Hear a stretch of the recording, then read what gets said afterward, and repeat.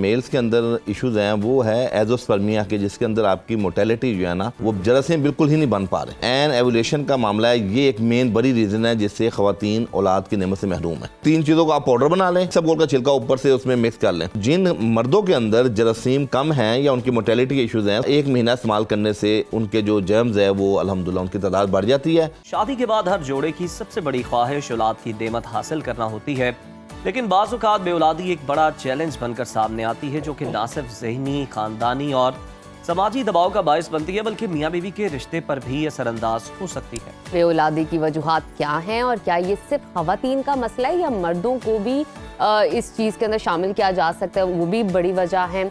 और सब पहलुओं पर आज हम गुफ्तगू करेंगे इन डिटेल, आपको टिप्स भी बताएंगे। इस वक्त हमारे साथ गेस्ट मौजूद हैं, माहिर तिब हैं हकीम अताउर रहमान साहब। वेलकम टू सुनो पाकिस्तान। हकीम साहब, ये जो बेऔलादी का मसला है, पहले तो हमारी सोसाइटी में ये चीज़ होती थी कि ये ख़वातीन की वजह से, लेकिन समहाउ अब ये अवेयरनेस है कि मर्द और ख़वातीन दोनों वजूहात हो सकते हैं इस बेऔलादी की। इस पर ज़रा रोशनी डालिए। जी बिस्मिल्लाहिर्रहमानिर्रहीम। जो बेऔलादी का मसला है इस टाइम बहुत तेज़ी से फैल रहा है और इसके अंदर जो मेल्स के अंदर इश्यूज हैं वो है एजोस्पर्मिया के, जिसके अंदर आपकी मोटेलिटी जो है ना वो जरासीम बिल्कुल ही नहीं बन पा रहे। उसकी एक बहुत लंबी रीज़न है। और इसी तरह फीमेल्स के अंदर जो एग ना बनने का अमल है, जिसको हम कहते हैं एन एवोल्यूशन, तो ये जो एन एवोल्यूशन का मामला है ये एक मेन बड़ी रीज़न है जिससे ख़वातीन औलाद की नेमत से महरूम है। और इन दोनों मर्द ख़वातीन, अब पहले वक्तों में औरतों को इसका करार देते थे कि ये मर्द सिर्फ औरतों को होता है, लेकिन अब जदीद मेडिकल साइंस इस नतीजे पे पहुंची है कि 40% मेल्स और 40% फीमेल्स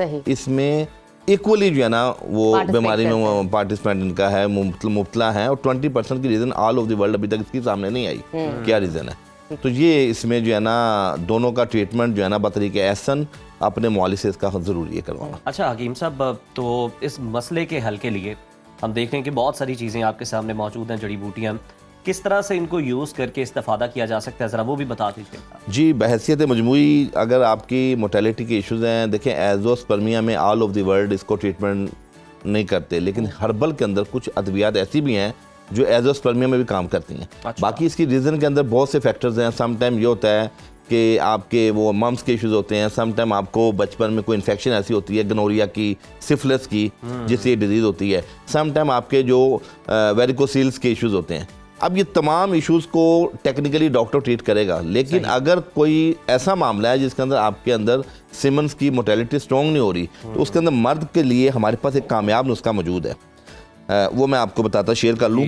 एक तिब्ब नबवी में सालिब मिस्री के नाम से ये एक मेडिसिन है, इंग्रेडिएंट्स है हर्बल सालिब मिस्री नंबर 1। नंबर 2 सालिब पंजा, ये देखें ये इंडियन इंग्रेडिएंट्स हैं सारे, सालिब पंजा। अच्छा।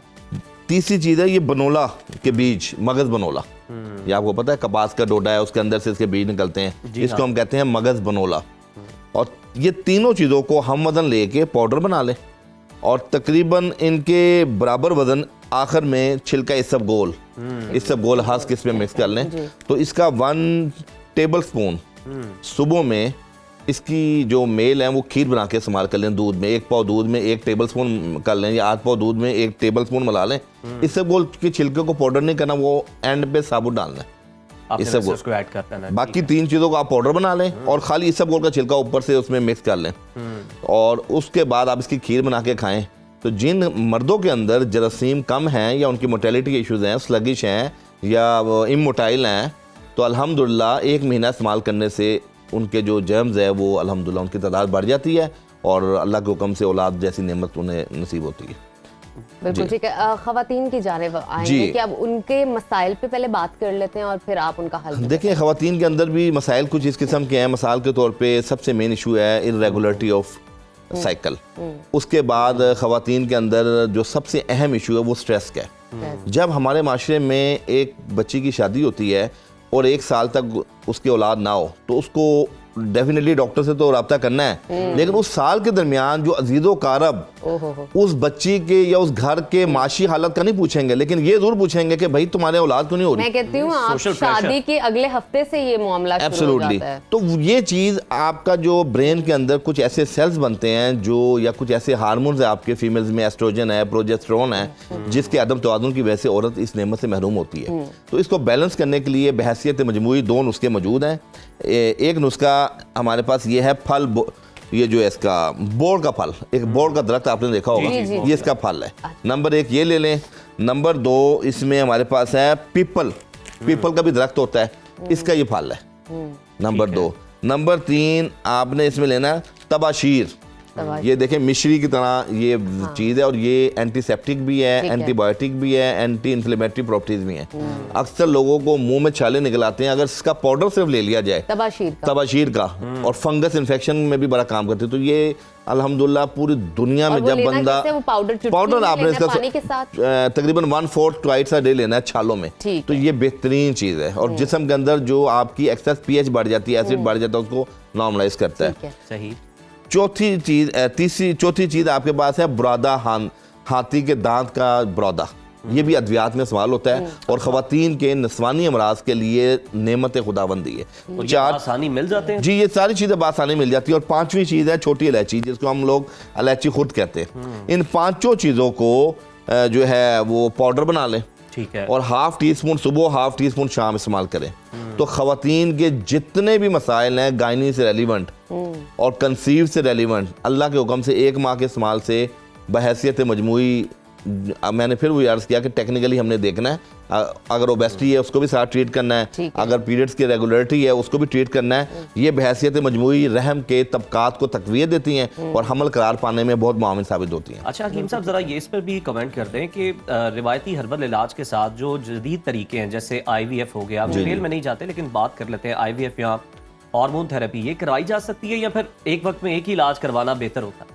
देखिए IVF का तो प्रोसीजर और मैकेनिज्म बिल्कुल डिफरेंट है। वो तो एज अ लास्ट रिसोर्ट, जब आप देखते हैं कि दुनिया की कोई दवाई, कोई ट्रीटमेंट असर नहीं कर रहा, आप उसके ऊपर जाते हैं लोग। लेकिन ये इसमें बहुत से, आपको पता है, मकतबा फ़िक्र के लोग जो हैं, इसमें कभी कहते हैं करना है, कोई इजाज़त देते हैं शरई तौर पर, नहीं भी देते। ये एक अलग लंबी बहस है, लेकिन ये प्रोसीजर बहुत ख़तरनाक है। मैं समझता हूँ कि ख़वातीन को इस तरफ जाने से पहले कम अज़ कम पाकिस्तान में जो मुस्नद तबीब है उनसे ज़रूर रजू करना चाहिए, ताकि इस खतरनाक पोजीशन से बच के कुदरती दवाइयों से पहले जो ऑप्शंस हैं उनको आप अवेल करें, और अल्लाह पाक अगर इन्हीं ऑप्शन से उनको शिफा देता है तो वहाँ तक जाने की नौबत ही नहीं आएगी। हकीम साहब, आखिरी सवाल आपसे ये करना चाहूँगी, मुझे ये बताइए कि जो लोग, जैसे कि आपने पहले गुफ्तगू में कहा कि जो लोग इस स्ट्रेस में मुब्तला हैं, बेऔलादी के, मर्द या औरत दोनों, उनको क्या मशवरा देंगे, उनको किस तरह हम रिलैक्स कर सकते हैं, ताकि, क्योंकि आप मेंटली अगर रिलैक्स हैं तो ही कोई ना कोई प्रोसीजर, इलाज आप पे असर करेगा। देखें, सबसे अहम चीज़ ये है कि एक तो लोगों में ये शऊर उजागर करना है कि पूरी दुनिया के अंदर अगर सबसे ज़्यादा तेज़ी से मर्ज़ को जिसने डिप्रेस किया हुआ है, दबाया हुआ है, वो मेंटल हेल्थ है। और मेंटल हेल्थ, आप अपने माइंड से किसी चीज़ को एक्सेप्ट कर लेंगे ना कि इंशाल्लाह मैं इससे ठीक होऊंगा, तो वो आप ठीक हो जाएंगे। इसकी मिसाल ऐसी है कि अगर आप अपनी आंख बंद करके अपने मुंह के अंदर तसव्वुर करेंगे ना कि मेरे मुंह में मैंने लीमू का एक टुकड़ा जो है ना उसको निचोड़ा है, तो उसकी जो आपसे वो सलाइवा पैदा होना शुरू हो जाएगा, जो उसके खटास का जो केमिकल बॉडी में बनता है वो बनना शुरू हो जाएगा। तो इंसान की सोच इस लेवल पे वर्क करती है। तो आप अपनी सोच को मुस्बत रखें, और अगर आपको कोई बीमारी या कोई तकलीफ आ गई है, उसको खंदा पेशानी से उसका इलाज करें, ना कि स्ट्रेस लें। क्योंकि स्ट्रेस की हालत में हमारे ब्रेन के अंदर जो कोई भी आप इलाज कर रहे हैं वो चीज़ मुमकिन नहीं है कि वो आपको फायदा तक पहुंचे या वो फायदा पहुंचा सके। बिल्कुल ठीक है हकीम साहब, बहुत शुक्रिया आपकी मौजूदगी का। आपने हमें हमारी रहनुमाई की बेऔलादी के इलाज के हवाले से।